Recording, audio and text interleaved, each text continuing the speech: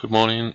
Just going to do a bit of an unboxing and a disassembly of my Arduino Mega Shield. It's a 2560 Arduino Mega Shield. Something I've been working on since 2012, and I've been trying to turn it from a prototype into a product for resale. It took quite a while in order to make it into something for resale. Software is constantly evolving. Got it to a stage it's fully working now. It'll always have bits put into the software anyway. So what we're going to do is just open it up, give you a quick rundown of the circuit board, and basically take it apart, put it back together, and that's about it. So let's get on with it. Right. Okay, you've got a warning sticker on there. Cutting edge technology inside causes creativity.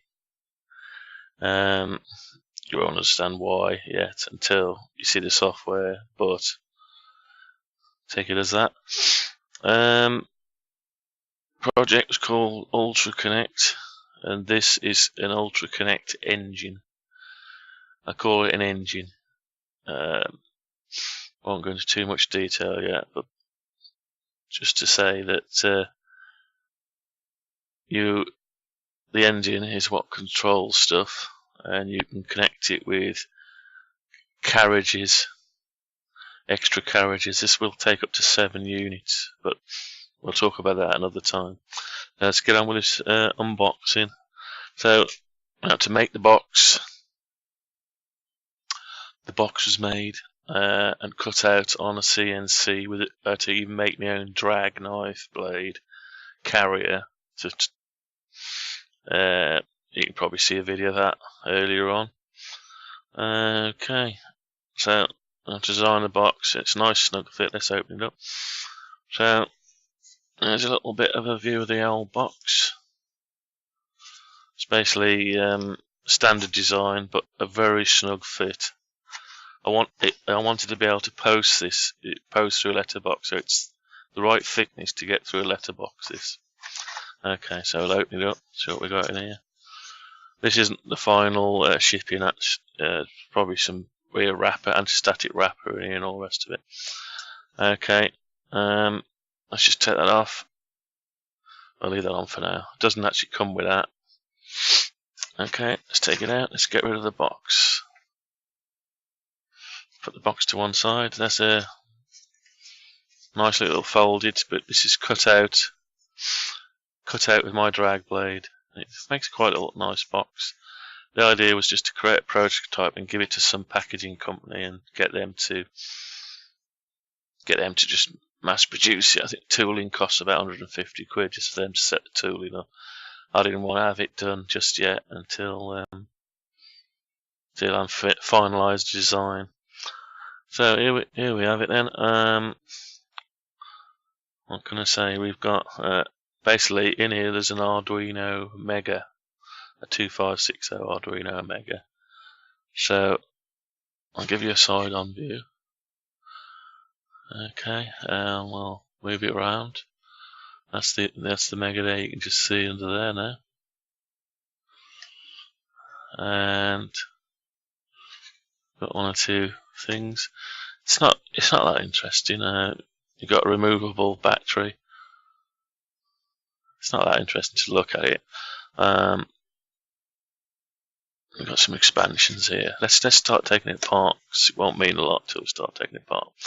The first thing I'm going to do is I'm just going to pull this off. And this is just a little OLED. There's various ways of let's get rid of that out of the way. There's various ways of attaching screens to this. Let's get rid of that. So I've got rid of that. Okay. Right. So the first thing we're going to do is give you a quick rundown of what we've got going on here. Got a 12 volts in socket, which has also come out down there. This area here is for modules, for additional modules. It's designed to take a SIM 800L PCB initially. Then I had to make it. Well, I made my own PCB for doing Wi-Fi with an ESP8266 on board. I wanted the same footprint, so I couldn't find one. I had to design my own circuit board and mount the ESP8266 to that with a few components. So we'll leave it at that. We've basically got an ISP in circuit programmable header there. We've got an I2C socket there, and we've got this standard sort of pin out that works on this SIM 800L. Let's take the lid off. We've got all the base plastic and the top plastic is made out of 3mm. It's sort of some food grade stuff I ended up getting hold of. I've got to do some more tests on it to make sure it's flame retardant and all that kind of stuff. Probably do a video of that, and we'll see. I might have to swap, but basically it's just a plastic that's been milled out. Hopefully I'll get them lasered eventually. So let's get it off. So you basically got the week it was made. That was 16th week of 14. I'll give it a serial number, and this is the website. We've got a little label on here, so your mode of operation. I have to talk more about that in the software. The ID number, installation, company, engineer, whatever, date. It's open source hardware, so basically everything on here is available to be programmed with your own software, with the Arduino IDE if you want to, separately. And I give example code, or I give a link to example codes that make use of every feature on here, but separately. Obviously, my firmware and software uses the whole thing as one. But if you can disregard or discard my firmware and my software, and you can make your own. Basically, in fact, at the time of starting to build and design this, if I could have just bought one ready, I would have bought it and just programmed that. So there's a feature all on its own anyway. Right, I'm going to start taking this apart. Basically consists of some stainless steel pins that go through with spacers through the Arduino. It's in the footprint of the Arduino. It uses the Arduino's footprint to hold it to the back plate, as you can see. So let's take this apart anyway. Okay, so it doesn't take long to take apart. I'm just going to whip these screws out. So yours will come with screw locked in position. It just comes screw locked. Just stop it falling apart and that. And these are just to be mounted on a back plate or above a ceiling on a wall or something. You can put them inside a plastic enclosure, put them outside or anything like that. So let's just lift that off, see what we've got here. Okay, so this is the bit of the top lid that I had milled out. Well, I did it myself on my CNC, so let's get rid of that for a minute. Put that to one side. That hole there is for an antenna if you're using a module.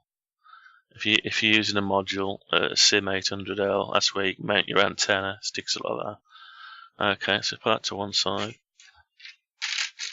Let's get rid of that. So we've got now 4 spacers here. So let's get rid of those little round spacers. They were also milled out. Yeah. Okay, so here's the Arduino Mega. It's probably not a genuine one. It's probably a Chinese copy, but it's just one of them. Right, so we're going to take this off now. So we'll take this off here. Okay, now underneath That's a circuit board underneath. You can see a CR2032 battery there. I'll explain that in a minute. There's a precision real-time clock on the board. So I'm just going to get rid of this bit. There's 4 more spaces, and the bottom plastic. There's a bottom plastic. That's milled out at the minute. That will be lasered out instead of milled, just to save me time having to tidy the edge up. I won't have to tidy the edge up. Okay, so that's the same material. Obviously that will change to make sure if it's not already fire retardant. Let's get rid of that. Alright, let's put this back here. Okay. We don't no longer need that a minute. Alright. Obviously it's tipping like that because of this battery that sticks out there. That's hence the spaces on the back plates and the hole cut out. So when it's like that, everything's hunky-dory, as you can see. So anyway, let's get this apart. So the first thing we've got to do is take off the Arduino Mega. Let's get rid of that. Let's see how easy it is to take off. Just plugs on. Normally your shield would fit on that way, but I've changed it, reversed it. My board's bigger than the Arduino, so put the Arduino the other way around. So normally you have your Arduino like this, and then you put your shield onto it. Okay, let's just get this off here. That's it. See, it's coming off slowly. Right. Let's go off slow. I don't want to get no bent pins. Okay. The Arduino Mega's off. Standard Arduino Mega, no difference. That's basically it. You can buy these between sort of 7 and sort of 12, 13 quid. I would say get an original off Arduino.cc or something. Buy an original and support. They do develop the IDE, and it pays for more stuff to be developed. I would say definitely get an original. I've got 2 or 3 originals already. I got an Arduino Duo. I got some Unos, Decilima. Can't remember even pronounce that one. The 2009 model, and so I've hopefully I've contributed enough towards it already. Okay, I'll put the Arduino Mega to one side now. And here we have, now what I've done is I've tried to make this to be able to build as cheaply as possible by using modules that are available off eBay, Banggood, whatever. So we've got, if you have a quick look on here, I'll give you a bit of a pointer. Let's use this probe as a point. I've got a probe. So over here we've got this little PCB. It's a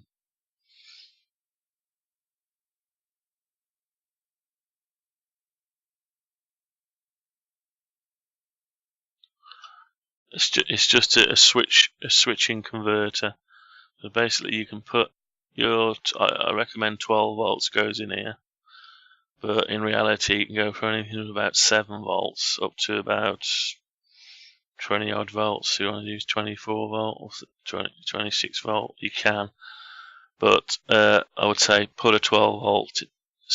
This DC socket is 2.1 mil standard to a 12 volt DC socket. So basically this just converts the 12 volt into 5 volt for the Arduino Mega. It gives a nice stable supply to power all the circuit and the Arduino Mega. Okay, so the next PCB we got on here is this precision real-time clock. That's what that is, a precision real-time clock. It's got a little bit of memory on it as well. Bit of I2C memory, which you do take advantage of. Okay. What else we got now? This area here is the module area. I don't know whether you can see the outline there. Probably better if I show you a blank board. Actually, I'll show you a blank board in a bit. Got the ISP header. An I2C, and also for an external 16:2 LCD, standard LCD. You've got a buzzer, little 5-volt piezoelectric buzzer. 2 relay outputs, relay 1, relay 2. We've got 3 inputs here and a common, and they're opto-isolated. There you got 3 opto-isolated inputs off these 3 here. These are all fully programmable within the software. We've got over here, we've got a half duplex RS485 bus. You've got ground and the 2 signals. That comes out to this chip over here, this IC here.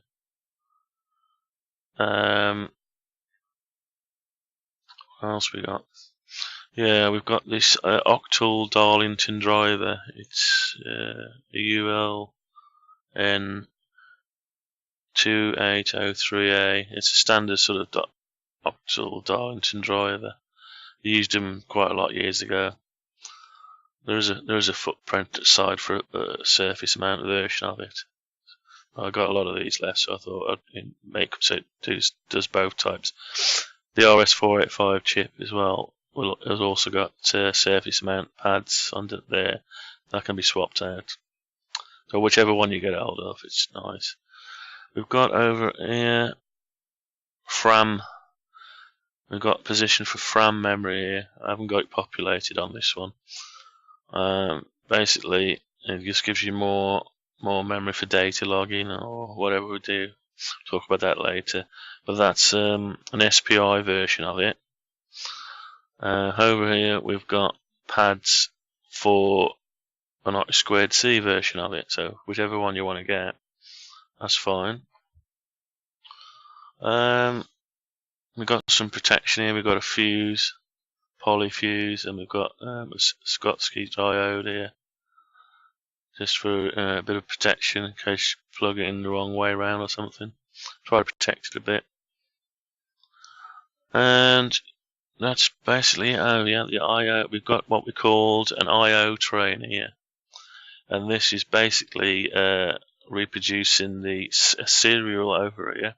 We've got a serial port coming out on here. We've got the I2C coming out over here as well, and a few signals that go across to basically other boards similar size that do other things. You'll see that in other videos. So we've got UltraConnect engine. Down here we've got some analog. We've got some spare analog connections coming off the Arduino Mega that goes out. It goes out to the other board, so you can extend the analog and extend some of the I/O, and the I2C goes off on here, so you can have actually up to 7 more devices all stacked that way. I'll try and there'll be some videos on that anyway. So these modules are quite cheap. I think they look sort of about £1 or £1.50. Similar price with this. I think you can get them for £1 each. And I thought, well, do I want to, when I'm building this, do I want to solder all that lot and all that, and buy all these bits separate, stock loads of items, or do I just want to 4 pins, solder that on the board? And very easy to change out if there's something fails. Unsolder, so pull that off, put a new one on. There's 4 pins on this one, same again. So that's my reason behind it, motivation behind it. Okay, let's just turn it over and have a quick look. There's not much to see on the back. Just a mill cut out there for the battery hold, so that's reproduced on the bottom plastics as well. So basically you got access to, you can take the battery out without take the battery out. Let me just show you that. Yeah, you can get to the battery. Just undo this off. You haven't got to take all these bolts apart to get it. Just clip that out. Change the battery if you want to. No problem at all. So basically, this is the shield. So let's just a bit of an overview of what we've got again. We've got a sounder. It's a little piezo sounder. We've got a 3 inputs, digital inputs, opto isolated. We've got 2 10 amp relays, 5 volts, common, normally closed, normally open. I'll try to do probably on the next version, I'm going to probably mill out a spark gap. I've spaced out the tracks here so it's possible to put live voltages. I wouldn't advise it, but if you had to, I might do some milling out here. We do some milling over here and around there, so you might as well mill out a spark gap there. But so it can be used for that. I wouldn't advise it though. Okay, so connectors on the front, what we got here, let's have a look. I'll bring it up a bit. I don't know if it's probably a bit blurred. That's no problem. So you see you've got ground, RS485B and A. We've got 0 volts and 12 volt. In case you don't want to use this connector, you can actually bring the voltage straight into here, or you can put your connector in and feed 12 out for your reader if you want to power it's a proximity reader. And then you've got D0, so data 0 and data 1. This is for reader 2, it'll do 2 proximity readers. You've got the LED 2, which is for that reader 2, labelled up wrong here, L2. Next version has been changed already, so that's L1. That's the green LED or on the proximity reader, and you've got data 0 and data 1 again. So there's your inputs for your readers and your RS485. And that's really basically it. We've got here, let me just show you this other circuit board while we're here. Right, so we've got, this is the circuit board that I made because I couldn't find one. It's in the footprint, like I say, in the footprint of a SIM 800L that you can buy here. This footprint matches that. So you can plug in your GSM module in here. So it plugs in over top of there like that. Right. It's the idea of this modular area is interchangeable depending on what you want. So you put your Wi-Fi in there. Maybe an ESP32 with Bluetooth, or separate Bluetooth, or separate wireless, radio, or you can use there's an extra relay board if you want, or if you wanted to do something like laser transmission, or transmit via laser. This is basically some extra way of adding communication, probably more than anything. And there's different modules that will become available, hopefully. So that's where that one goes. And I didn't tell you about the reset button here. This is program button or reset. You can program that up to. They're all customizable to do certain things. So that's basically it. Now all this stuff. Just put that to one side a minute. All this, all the parts that I've used is basically. There's loads of demonstration code already online for it, and I've got some links on my website. Let me get you the website. There you go. That's the website there. Let's put that there. So that's the website. If you want to look at all the information on how to program. So basically, I give details. It's open source in so far as you could buy one of these, or you could probably make one. These circuits, there's nothing special about any of the circuits here, any of the arrangement. They're just put together on the board to best sort of facilitate what we're trying to do with it. It's designed around an access control unit, but it's instead of stocking different boards to do different things, we want to just do the one board that's completely programmable in the software. And I'll show you the software another time. So that's what I've been trying to do for the last sort of seven years, and I've done a lot of work on it. So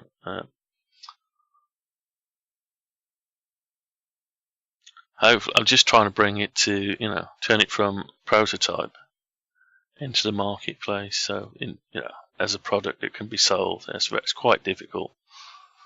Sounds easy, but for a bit of a I won't release anything until I'm absolutely sure everything's right. You see, I know what'll happen. Something wrong, it'll get lots of returns and all this kind of stuff. You don't want all of that. So everyone kept telling me, release it, get it out there. But it was only me really understands and make sure it's fit for the purpose, right? Basically. So that's why it's took me so long to do anything with it. So I've had these 10 boards made. Built these, 2014. This was just this PCB ESP8266 module I designed a year later. And I've had to write firmware for that, and I've had to write firmware for the Arduino Mega. Let's just stick that up there as well. So basically, on the website, there's 2 lots of firmware. There's firmware for this.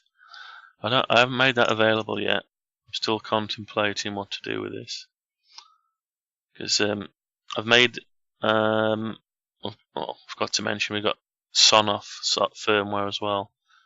I've made Sonoff firmware, so you can incorporate Sonoff with this. But that's a story for another day.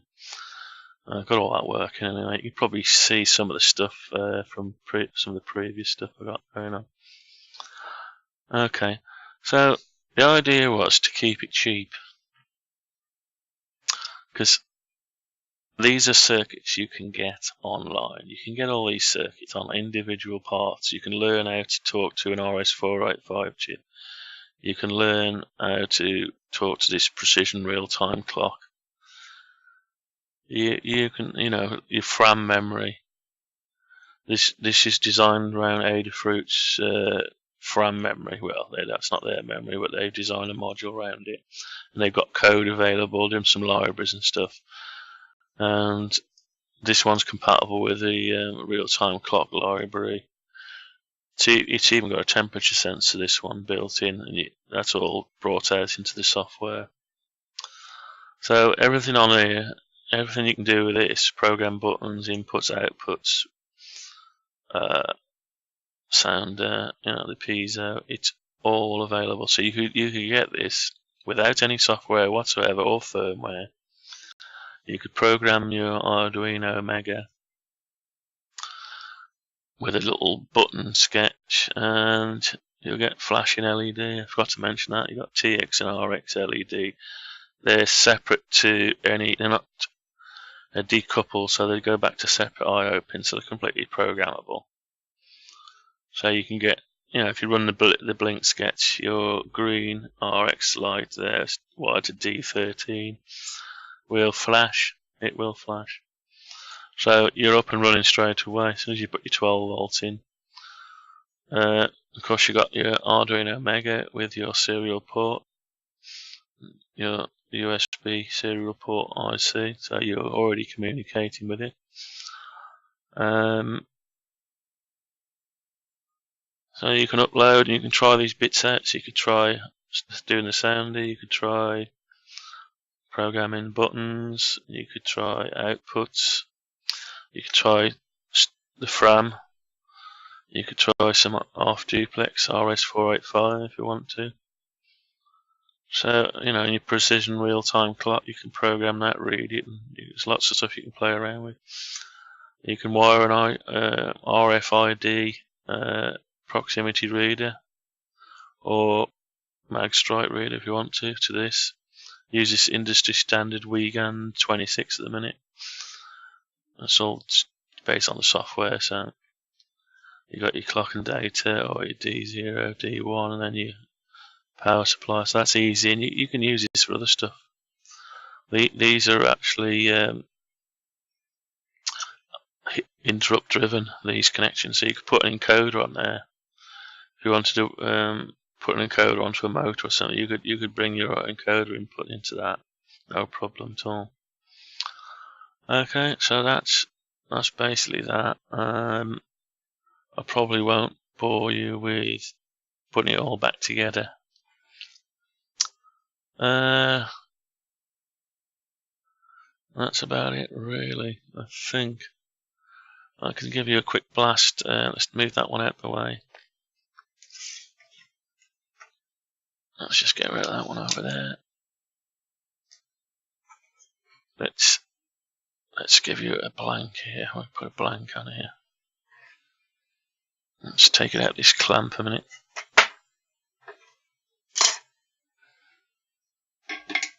Right, so here's the same thing again. Partially populated board. What we've got, I'll just show you the area. So this is your precision real-time clock boundary. I call it PCB3. You got your module area. This is PCB4. Your power supply, PCB2. Obviously PCB1 is the main thing. Oh no, that will be the Arduino Mega PCB1. You've got your legends-free relay, LEDs and everything else, and connectors, IO train, your analog output.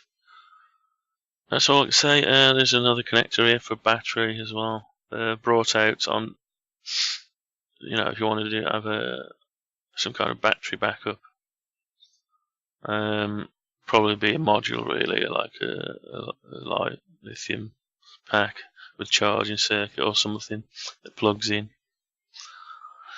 So that's basically it. Like I say, get your Arduino Mega, pop it back on, just rest it on and line it up, and then just push it on. There you go. So that's basically it. All the other stuff is just auxiliary. Then you pop that back on there. So there's some working stuff on the website sample. Thought I'd give you a bit of an introduction into this item. It's been a prototype since 2012. Now it evolved. I've got lots of circuit boards where I've changed all the positions, and obviously to get all this Mega to sit around all the other bits that are in there. It's quite space it all out here. Let's get rid of that. Just to space it exactly right and everything, get all this to fit. Obviously took a few revisions, and I thought I'd get those circuit boards out, the very first ones, and put them in chronological order, and then put them in the same place and photograph them so you could see the evolution of the circuit board. Basically, I don't know if it's that interesting, but just to chronicle basically. Okay, so that's basically it. These change, obviously, just covers it up, make it a little bit better. So you can put OLEDs. You can put an OLED on here, and you can put an OLED across there. You can put a 16 row by 2 standard LCD. Hard wires around here with a plug-in cable. That's it really. It'll do for the video for now. There's that one of those little LED. On the next version of this, I'm adding an extra connector there, just so you can plug that straight in without this. Just need an extra pin. Also, I'm going to swap over 2 cables here from the I2C is reversed on the square. There's an I2 OLED you can get, and it'll just clip straight in there. It's nice and neat. But they're reversed for some reason. They've not stuck to an industry standard for the connection. So, say this one will be different. This pin out here will be different. You've got SCL and SDA. They're swapped out on this connector. That'll basically work like that, but on the other one it won't. So I'm not using that for much else. So I'm going to swap that back so you can put the square one in. I haven't got the square one here at the minute. Okay, so that's it. I shall leave you with that. So that's basically what I've been working on for sort of 7 years. And the software's took the most amount of time, obviously. And that's a whole new thing again. I thought I'd show you this in bits. And that's it, but there's a lot more to it. You can't possibly cover it all at the minute, so I'll leave it at that. Let me just get you over there. Go back to a different view, and I will leave it at that. And thanks for watching. I hope that's cleared up a few things. At the time I built this, there was not much around, but there's a lot more around now.